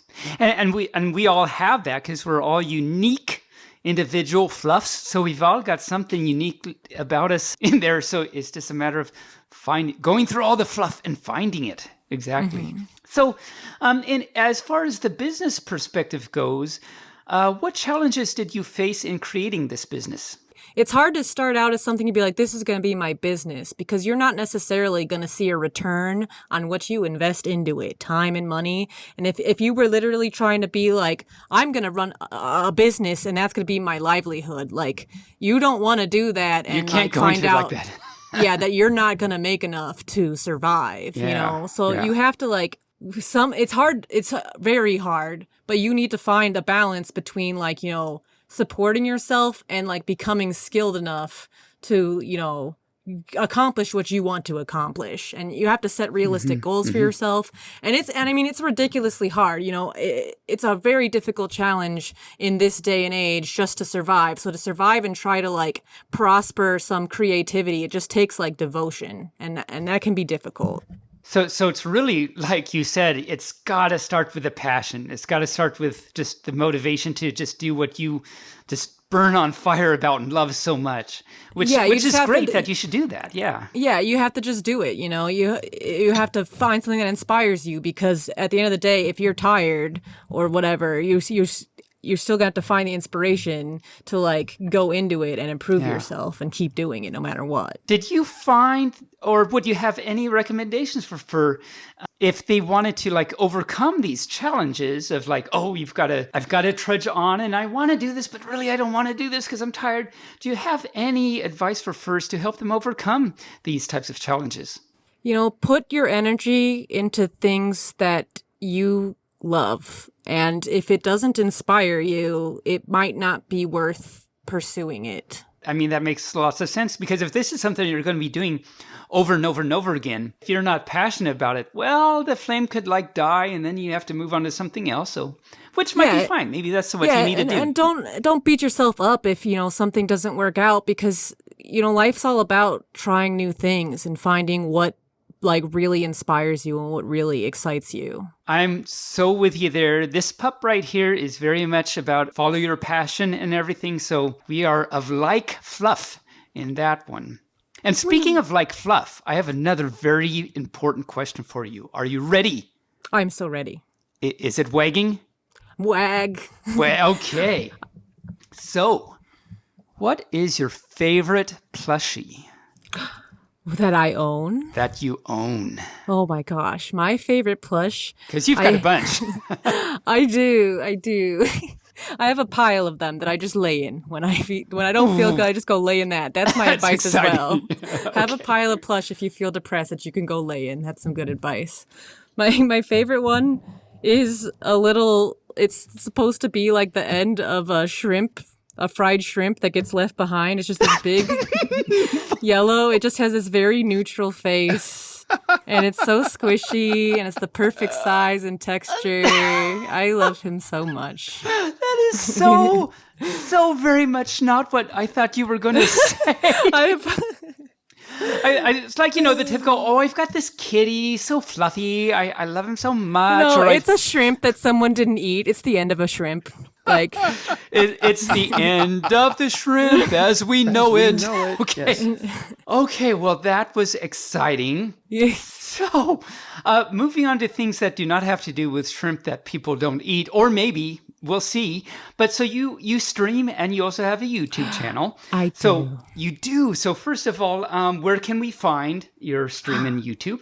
Oh my gosh. On Twitch, I am Pooka Goat, which is the theme. But on YouTube, I'm Pookat Dino, just to confuse things. It's a little older, the name on that one. I see. I Pookat Dino, the same as my crafts stuff, but it's all interlinked. You can find me. And I want to thank all of your listeners, because I know you took time away from your stream to do our interview tonight. So thank you to your listeners, for your streamers to let us take you away from them for an evening. Thanks, everyone. And you had you like. Instead, no, I could have so much fun like talking and streaming at my listeners and everything right now. But no, I'm just going to talk to this crazy puppy named Tabe, and I don't even know what's going on anymore. So yes, thank you very much for that. So that's where you can find that. So what are they about, and what kind of content can we find there? Oh my gosh, my main thing I do right now is exploring VR chat with my pals. On every Tuesday and Thursday at 9 p.m., I go on to VR chat, so into the virtual reality. I wear a helmet on my head. I become myself. Nice. I am a goat. I'm a virtual goat. And basically, we explored the really amazing worlds that are in this game. Because if you have not seen anything about VR Chat yet, it is one heck of a game. You could get lost in that game. There are just hundreds of thousands of worlds. On Tuesdays, we go to adventure worlds and game worlds. We kind of like, it's Tuesday adventure days. And then every Thursday, we choose a code word. So, like, you could choose the word like castle or ocean or tower. And or half-eaten shrimp. Yeah, you could look up shrimp, you know. Maybe I'll check that one out. We'll see. There's some nice shrimp worlds. I basically will make a list of all the worlds under that theme, and we go through together and we explore them. And Nice. yeah, and there's some audience participation. People come with us. Come with you. And so that's Central Time, 9 p.m. Central Time? EST, Eastern. Eastern. Yeah. I don't know my was time zones. Eastern. I'm just a Yes. pup. I don't know my time zones very well. I think I'm just in the pup time zone, so I don't really know any others. You deserve your own time zone. I have the pup time zone. We're in the Tabin time zone.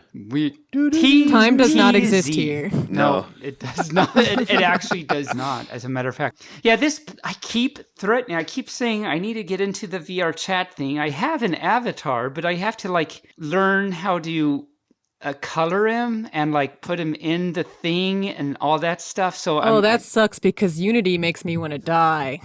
Oh, really? That program it hurts me. You need a good friend who knows what they're doing. That's my recommendation. which program's that? okay. Unity is the 3D Unity. Yeah, modeling that's what one that you need to import things in, and then Yeah. to paint, you need. So I have Blender and Unity, so now I know Yes, the Unity yes. is going to be a pain. Yeah, Blender's also a pain. They're both painful. It's painful. It's painful. It's painful to be fun. You will is- suffer. I It'll will be worth it. So Tabin, let me just tell you, you're going to suffer, and You must sorry, suffer you can't for get your out. art. You'll like it. Yeah. I You will must like. suffer for your I'm a art, yes. masochistic pup. I will like a suffering. Oh my goodness. Oh my. That's something we didn't know about you, Tabin. We will explore that later. I don't even know what's going on at the moment. So let me just then say, as far as the streaming goes, how long do you usually do the streaming for and explore these wonderful worlds?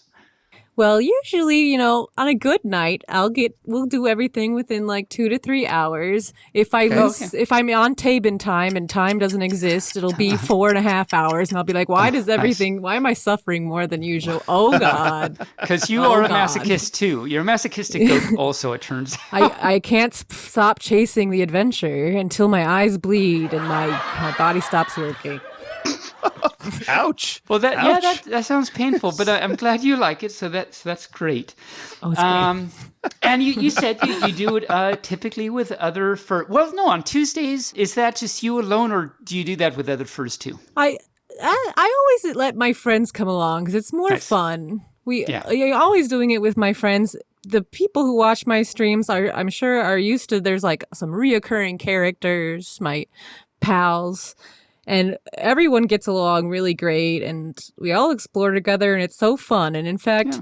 It started just like very randomly. I was like, I'm just going to do this. And a lot of the people that we picked up are people that were just like, can I come along? And I was like, yeah, come along.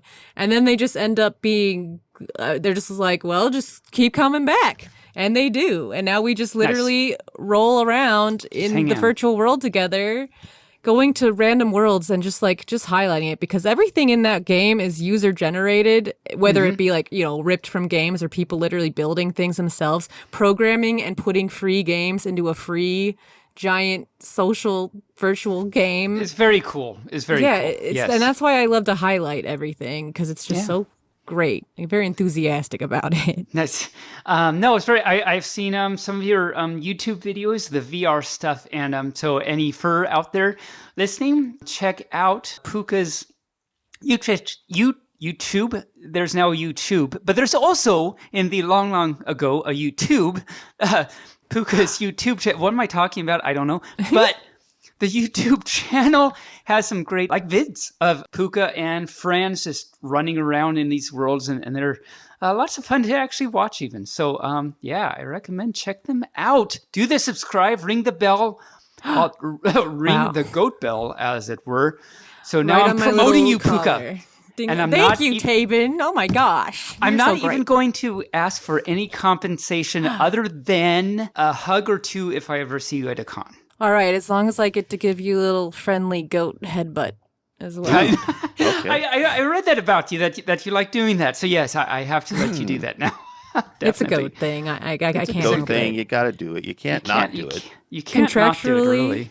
Contractually obligated. Contractually obliged. You're obligated. You can't. There's no way out. Nice. No, it's very, very true. Oh my god, that reminds me of another con story. Can I tell you another? Oh, my god, yes, please. It was fursuiting. So I'm a goat, and I was fursuiting. I think it was at MFF, and there's this other goat which is made by the same maker, and I consider them my sibling because like they inspired me to get this maker. They made it before me. They're literally my favorite suit, or at least one of them. Nice. And I saw them, and unbeknownst to me, inside was not the normal person, but their partner. And like normally when we meet each other, we kind of like we'll have a little friendly joust. And their partner was very, very into the jousting of goatness. And they've seen real goats. So they basically just like were slamming my head repeatedly, like really hurting me with the petting. Oh no! It was like I lived. It's okay, and they apologized to me after the fact. They were like, "I didn't know I was really beating you up," and I was just like, you know, I'm very devoted to the character, so you know, we were just basically like having these headbutts, and I walked away just being like, "Ow, my freaking skull!"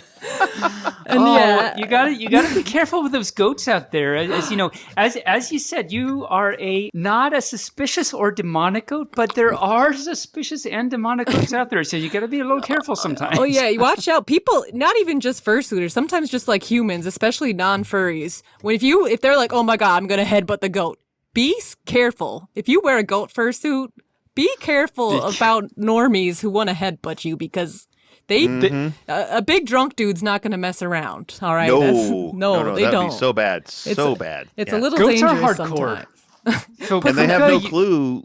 They have no clue who or what is inside that fursuit. Yeah, they already like, you know, normal people already sometimes like don't respect the boundaries of a fursuit. So God forbid you're inviting them to have some kind of like physical, like literally aggressive kind of action. So I recommend getting your fursuit maker to put extra padding in the top of your head if possible. If you're gonna be goat. For future, because there could be goats. Yeah, there could be ghosts. There will be goats. More ghosts. Goats may occur. They may occur. Yeah. So you're naturally just hardcore.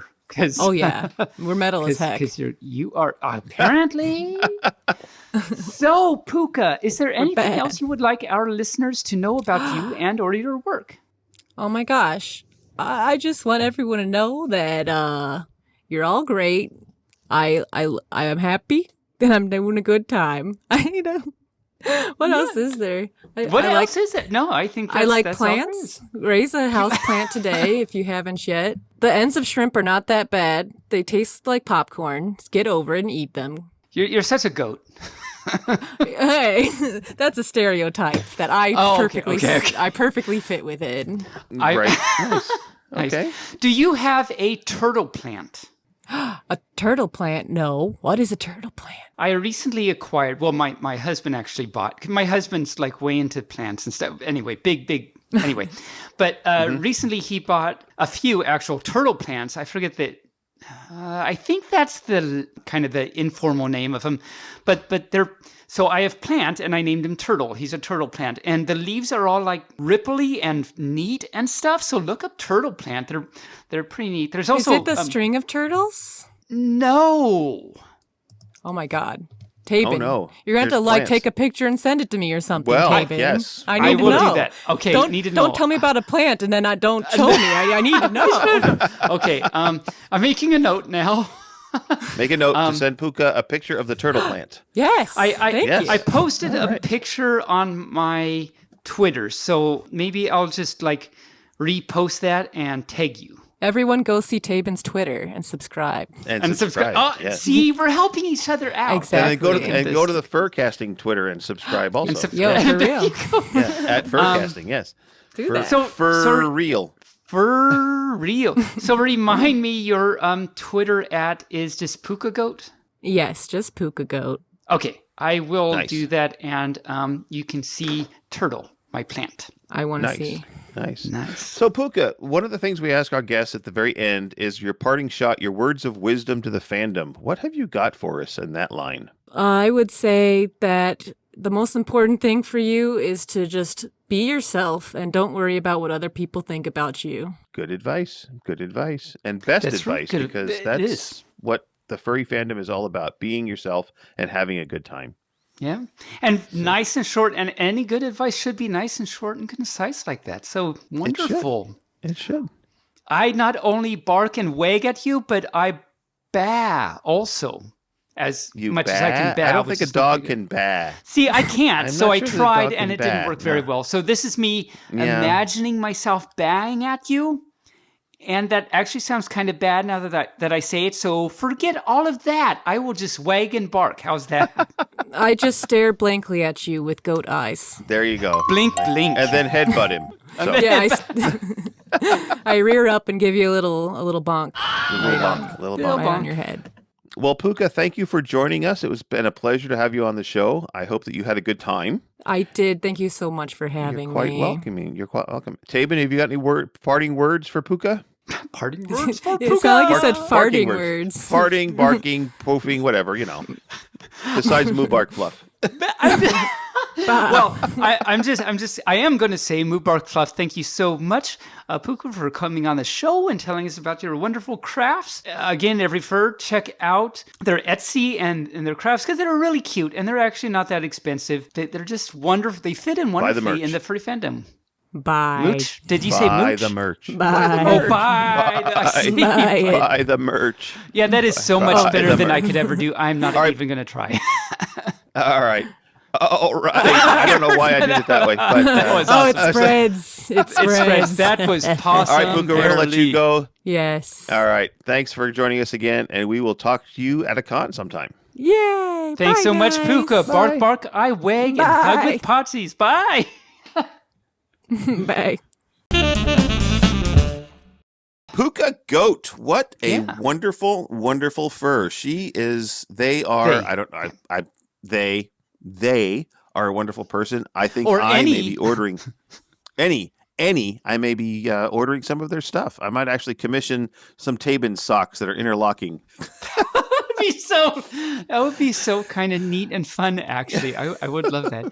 No, yeah, Pooka, they were really fun and great to talk to. I'd never talked to them before and didn't know about their work until, Rain reached out. And Right. We saw it. Yeah. And so, I went to their website, their Etsy, really very, very cute stuff. I'm going to have to get some of that stuff myself.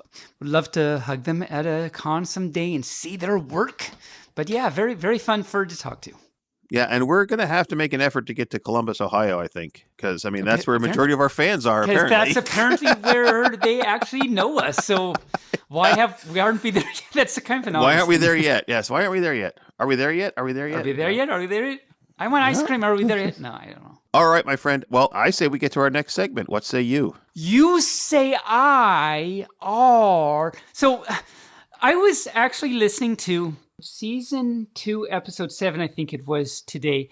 And I was listening to, you always ask me, so we move on to the next set. And I did the most crazy thing, if you can believe that, for me, like how No. You did a crazy convoluted thing? my way. It took like 5 minutes to say what I was going to say, which was basically just, let's move on. But I took forever to say it. Like Kind I of like am you're now. doing right now. Kind of Yes. exactly like I'm doing right now. So I'm just going to say, let's move on to the next fluff. It is now time for that wonderful section that everybody loves. And we actually have a bunch of stuff to talk about. It's time for Furries in the News.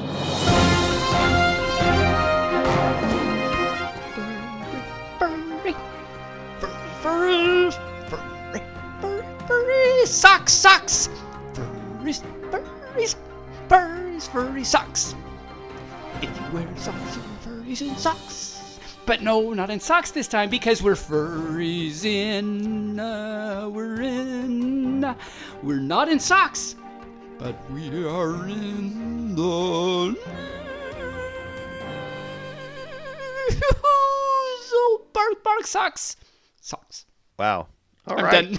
done. Well, can you really be done or can you be finished? A turkey is done. A person is finished. That's what my hubby says that to me all the time when I say I'm done. He's like, no, you're not done. Food is done.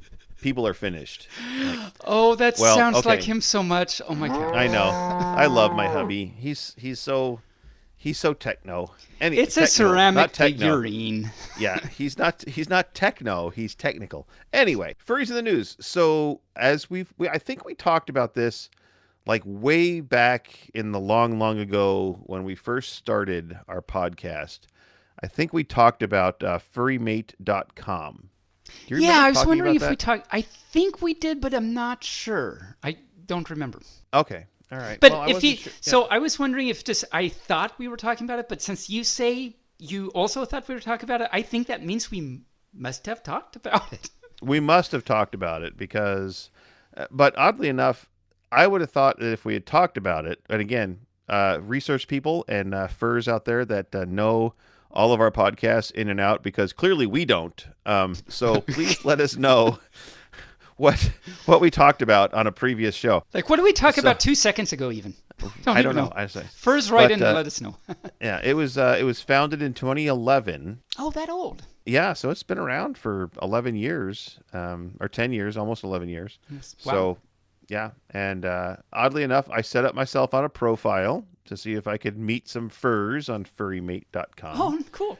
And I met no one. So, yeah, there we go. Well, there you go. There you go. That's like, but I've only been a member for a day now, so we'll see what pops up tomorrow morning. So it's not like I logged. It's not like I logged in and then all these furs are like, oh, it's barely, yay! You know, it's like, I'm surprised. I'm surprised too. I'm sure if you set up a furrymate.com, you would have tens of tens just would have coming to you. Say, only the one. Well, it turns out that there are tens of tens furs out there that really like cringe. So those would be the tens of tens that I would get, maybe. there was something else about Furry Mate on YouTube when you did something about Olympics somewhere. You were telling me about this the other day. So let me enlighten me about that. I purposely let you try and get through that because it was fun watching you and watching me get through that. Yeah, Yes, absolutely. Yes, it's like because I do that sometimes. No, this was actually something that happened like 5 minutes before we started recording the show. For whatever reason, I was on YouTube looking up stuff, and one of the things in my feed was Australian Olympics furry art. which we talked about last week. Yeah. Yes, So I we thought, did, yeah. okay, interesting. Here's a YouTube video about it. I'm not surprised. And it turns out it's a non-furry channel. You know what happens. And so it's just like some normie talking about the thing that happened. Mm-hmm. And so I started it because I was curious. So I started playing, and there was an ad that came up. It was a Furry Mate ad on this non-furry channel, and I just thought that was so well. awesome. If that channel owner is not furry by the end, they will be. And if they're not doing it right. Sucks. And now Arthur. Do you remember the show Arthur? Or it's on PBS. I don't know what character he is. I don't know if he's a bear or a badger. Oh, the little animated thing. Yeah. Ah. Have you ever watched that show? I mean, you say that, and when we talk about it, when I mentioned it to people, they're like, "What?" And then you start describing it, and they go, "Oh yeah, that guy. I remember that character." That's exactly what happened to me just now, because in the show notes I saw that Arthur. It's like, I don't even remember that show. What is that even? And then you said that, and I'm like, oh yeah, the little thing, yeah. Yeah, well, it's going away. Oh. Next year is. I know. After all that build up, next year is. Bye-bye. Yeah, next year is the final season of Arthur after 25 years. It's the longest running animated children's show in the world. That's amazing. I actually thought that went away like tens of years ago. Yeah, nope. It's been around. 2022 will be the last season. And again, now folks, don't argue with me, furs. Don't argue with me about animated shows being longest on television. I know The Simpsons holds that for animated television programs, but The Simpsons is clearly not a children's program. Clearly. Arthur is a children's program. It's on PBS, and then it's been syndicated on many, many other channels. You can find it on TBS. You can find it on lots of other channels out there. And then the thing about Arthur is it often tackled controversial subjects such as like marital problems, racism, mental health. Really? And it helped children understand those type of deep philosophical problems. Wow. So there's a reason why this pup right here doesn't understand anything, because I totally missed all of that from the show. Yeah, when you were a little baby pup, you just watched Fraggle Rock. I know you. Nothing. Sucks. Yeah, and My Little Pony. Yeah. So. Well, yeah, we all know. Yeah, you know. Yeah. Oh, shout out to Fluttershy. Oh, Fluttershy. And John Delancey, the voice of Discord. I got it right this time. Woo! Yes. Names. I got names actually right. Oh my cow. Do you have any socks or upcoming or furries in the news? I do not. I have my socks, and I'll just wag about that, and there we go. All right. Well, upcoming events this next weekend, August 13th through the 15th, is a very, very busy weekend coming. Actually, the weekend that this episode comes out is Megaplex in Orlando, as well as the Wisconsin Wilderness Campout. It's a very cheesy event. Could be very cheesy in Wisconsin, because you want to go up there and smell their dairy air. I was going to make it. I'm not even going to say what. I'm not going to do it. Socks! Socks! Aspirations! Dun dun dun! Dun, dun, dun. Oh my god. Oh, we're off the rails. You know how many catchphrases we have now? We could just fill an entire episode with our catchphrases at this point. I don't think I can even catch all of our catchphrases. There's just so many. You can't catch them all. Can't catch them all. They're not catch Pokemon. Oh, no. And then next weekend, August 13th through the 15th, is a very busy furry con weekend. You have Furrydelphia in a town in Pennsylvania called King of Prussia. Oh, that's the name of the town. I tried reading that sentence, and I was the like, name "What? of the I town. don't even understand what that sentence says." I'm gonna have to have Barely explain that to me. But okay. Yes, King of Prussia is the name of the town in Pennsylvania. Okay. I don't know why they named the town King of Prussia. Any furthest listening in King of Prussia, write in and tell us why they named it that. Maybe it's an old, not police song, but, Prussia, King of Prussia. Okay, and in Danbury, Connecticut next weekend is Camp Tiny Paws. Tiny Paws, which would be fun to go to. I just want to see everybody running around with tiny paws. With the little socks. Little socks. It'd be kind of like that old, remember that, was it the Burger King commercial, the man with the tiny hands in the burgers? You don't remember that commercial? I think I might have seen that. Yeah, Tiny. Yes, tiny hands. Anyway, so Tiny Paws, Camp Tiny Paws in Danbury, Connecticut next weekend. And coming off. Yeah, I like that. Coming off next is Fermit in Tufin City, Taiwan. I'm probably pronouncing that wrong. I apologize for everybody in Tufin City, but Fermit is coming. Well, they don't have many fish there because there's only Tufin. Oh, that hurt. That one hurt a little bit. That one hurt a lot. All right, and then Houston, Texas, we'll see Stratosphere next weekend. Really? I have not heard of this con. Is this a new con? It didn't say it was new when I looked it up. So I haven't heard of this one. Yeah. Smaller one, maybe. And just to throw it out there, because it's time to do this, we have the cons coming back, but we have COVID coming back. So everybody, please, every fur, please, either follow the restrictions and stop spreading the disease, or get vaccinated. Or if you don't want to get vaccinated, then don't go to fur meets. Simple as that. Please don't spread it around. Socks. And then more local on August 14th, and only local because we record in the Pacific Northwest, but the Kirkland Furry Group, the Ties and Tails, are having their monthly event next weekend on August 14th at the Haiku Sushi and Seafood Buffet. Haiku. Redmond, Washington. Yes. Haiku. Daniel-san. Speaking of, I haven't watched Cobra Kai in a while. When you said that, I haven't watched Cobra Kai in a while. And I bet you don't feel like there's something missing from your life, though. There is not something missing from my life at all. So there's a reason you haven't thought about it. I hadn't even thought about it until, in fact, the other day I was sitting on the couch thinking, what haven't I finished on TV? Nope, I finished it all. And then I went on to watch old reruns, and then it was like, and now we're talking. It's like, oh, I haven't finished Cobra Kai.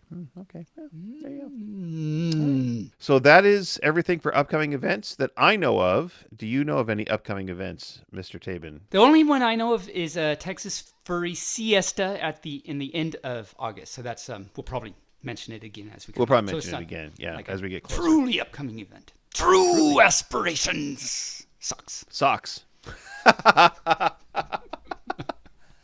Oh, my cow. Oh, my cow, indeed. Yes. It's time that we get to a story, if you will allow me to read a story. I will allow you, Mr. Will you? Barry, to read. One of the books that I got long, long ago was called Amphigory by Edward Gorey. Now, so this is going to be an Edward Gorey story? This is an Edward Gorey story called Amphigory, but it's 15 little stories inside this book, and it's Meisterburger. Yes, socks. And it was published in 1972. Okay. Right. And it's very odd, little strange stories. It was published in 1972, but Edward Gorey wrote most of his stories in the Victorian age, or set in the Victorian age. So if things sound a little old-fashioned, that is why. The name of the story is called The Doubtful Guest. Doubtful Guest, okay. And it's a poem. When they answered the bell on that wild wintered night, there was no one expected and no one in sight. Then they saw something standing on top of an urn, whose particular appearance gave them quite a turn. All at once it leapt down and ran into the hall, where it chose to remain with its nose to the wall. It was seemingly deaf to whatever they said, so at last they stopped screaming and went off to bed. Makes sense. That's what I would do. I'm done screaming now. I'll just go to bed. It joined them at breakfast and presently ate all the syrup and toast, and part of a plate. It wrenched off the horn from the new gramophone. See, call back to new gramophone. That's gramophone. Yeah. Grandma's phone. And could not. Sock. Socks. And could not be persuaded to leave it alone. It betrayed a great liking for peering up flues. Like the fireplace flue, that's a flue. Oh, okay, because I was going to be like, so now it wants food because it had a plate that it did. Right. I don't know. Yeah. And for peeling the soles of its white canvas shoes. Yeah. At times, it would tear complete chapters from books. Oh. Or put roomfuls of pictures askew on their hooks. Askew. Every Sunday, it brooded and lay on the floor, inconveniently close to the drawing room door. That's very inconvenient. Very inconvenient. When you can't get into the drawing room, where are you going to draw if you don't go to the drawing room? Exactly. I mean come on. Get it through your head, man. I mean, you can't draw if you're not in the drawing room. There's a room for that. You actually cannot. There's a room for that. Back in the day, there was a room for drawing, apparently. Now and then, it would vanish for hours from the scene, but alas, be discovered inside a tureen. Not with ice cream? No, but in a tureen. An empty in a tureen. That's even more exotic, I guess. Yes. It was subject to fits of bewildering wrath, during which it would hide all the towels from the bath. Well, how's this pup going to get dried off if I don't have towels? In the night through the house, it would aimlessly creep, in spite of the fact it was being asleep. That's very talented. Yeah. It would carry off objects of which it grew fond, much like a crow, and protect them by dropping them into the pond. It came 17 years ago, and to this day, it has shown no intention of going away. The end. Very interesting little poem. Let us get to this or that.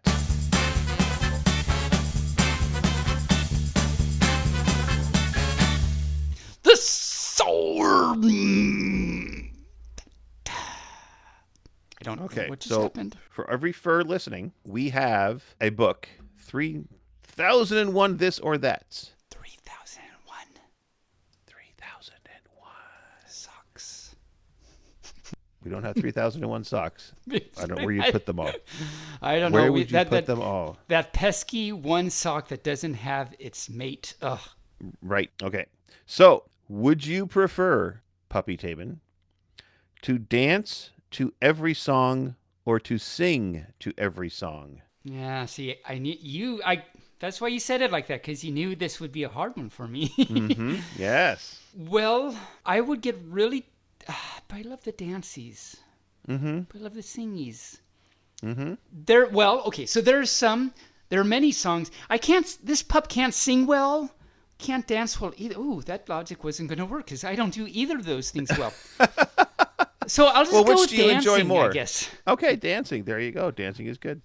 Would you be willing, or would you want to live in a fancy mansion but never be able to leave, or live in a shack but be able to leave anytime you want?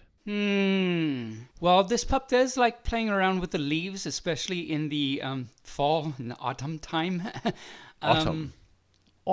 So autumn with aspirations for the socks. So that just means I guess I'm going to have to go with the shack so that I can roam out like a pup. Because I'm a shack. Is it the love shack? It's a little place where we can get together. And see, and you prefer to sing, clearly. Oh, apparently. So I lied. I totally lied.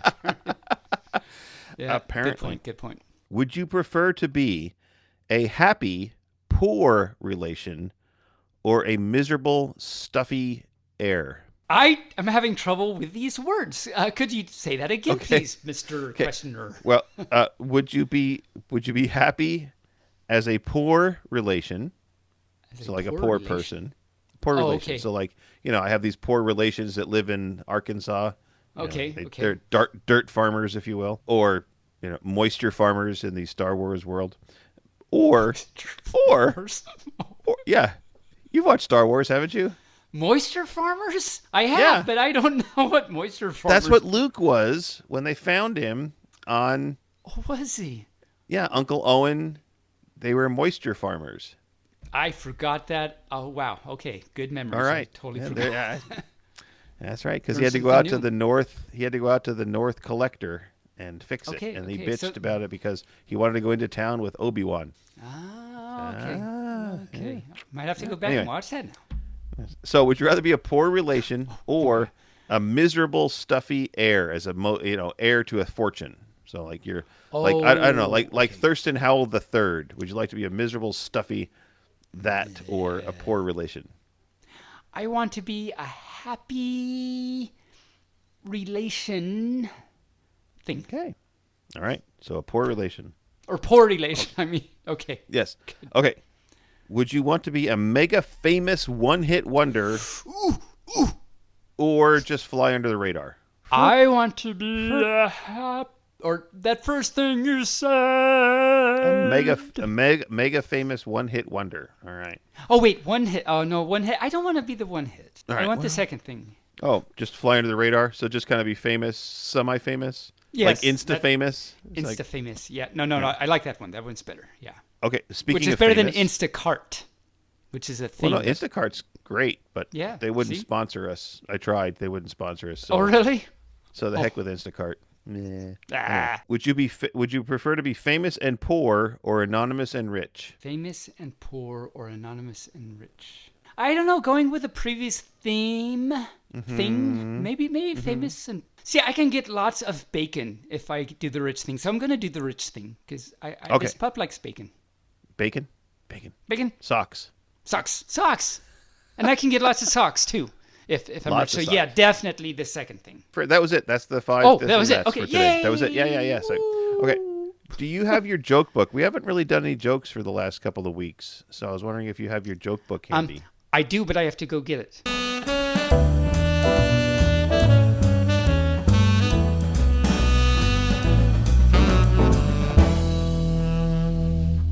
Hello, Tabin. You have returned. I'm so I excited. have returned. Yeah, I'm excited too. I wag. Do you wag? I think we wag. We wagged together.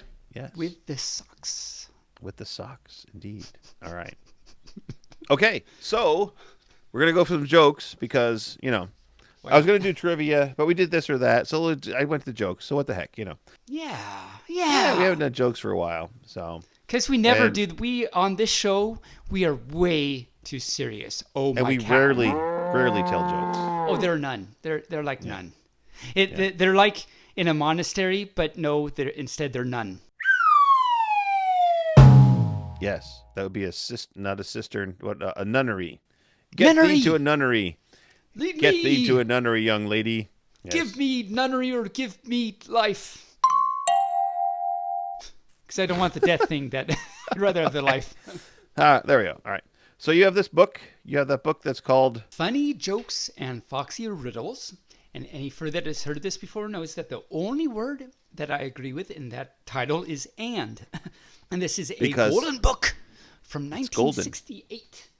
Nice. And it was only 75 cents back in 1968. And these days, I mean, these jokes are so bad these days, like you'd have to give me 75 cents to buy it. So, all right. And these are jokes that this pup right here has not read before. And we'll hear them all for the first time. Moo. All right.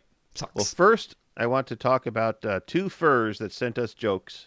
Oh. So I promised them that I would tell it on the podcast. So the first one comes to us from Lemnius Griffs. Oh, nice. Hi, Lem. Shout out to Lem. And he asks, how do you make holy water? I don't know, Lem. How do you make holy water? Well, of course, you boil the hell out of it. Oh, kitty cow. that and could be, yeah. Okay. So now you tell a joke, and then I'll tell the next one from our okay. next submitter. So the first one on my page here is an airplane and a helicopter. Oh, no, I read this last time. You told that one Let me go already, to the next page. What did the Beatles say? So this is capital B.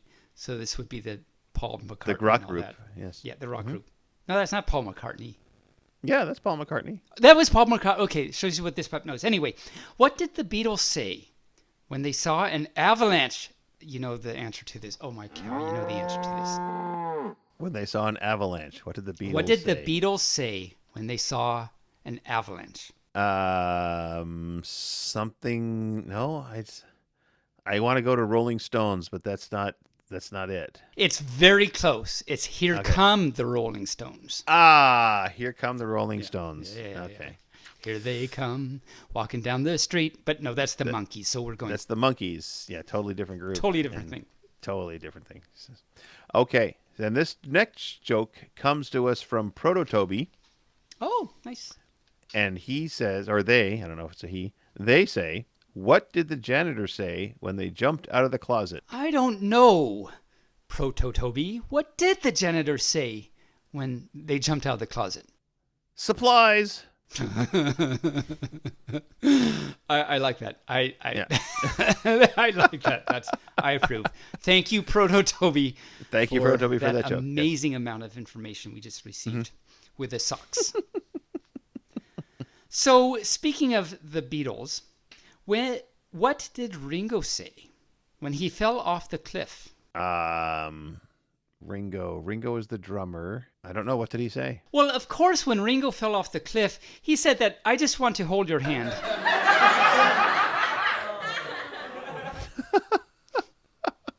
Okay. Oh, wow. Hey, Tabin. Hi. Do you know where Noah kept his bees? Noah. Let's see. Well, Noah had lots of animals on that ark, but the bees, I'm trying to think. I can't imagine where he would have kept the bees. No, I don't know. Where did Noah keep his bees? Well, he kept them in the ark hives. kitty cow. And speaking of Noah, Noah. there were snakes, of course, on the ark. Oh, clearly, yes. At least 2 of each breed. At least 2 of each. Yes. And there were some little ones too. Noah said that's only a little green snake. And someone else that was on the ark said, yes, but it may be just as dangerous as the ripe one.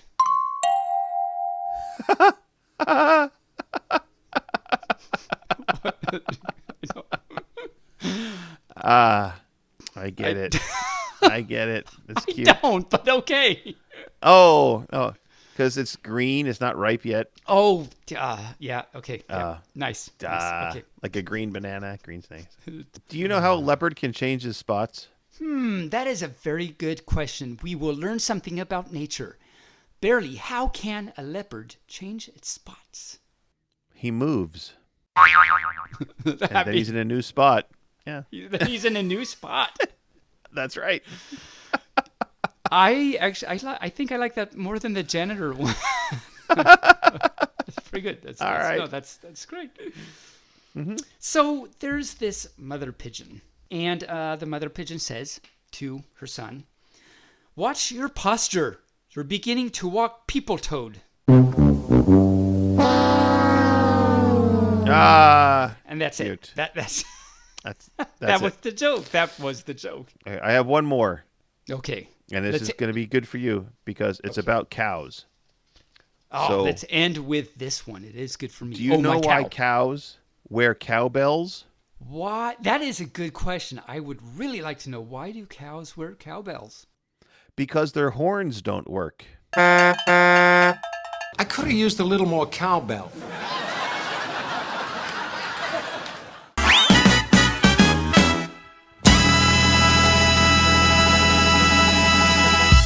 And I hear the music. I hear the music rising, which tells us that the orchestra has struck up the band, and it is clearly time for us to say goodbye. And it's clearly not the cow playing the horn, because no.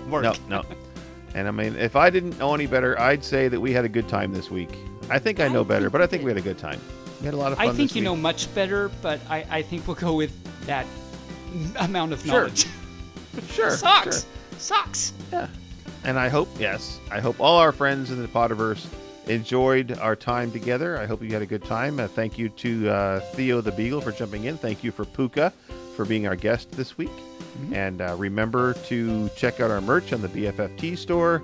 And be sure to share the podcast with your friends and family.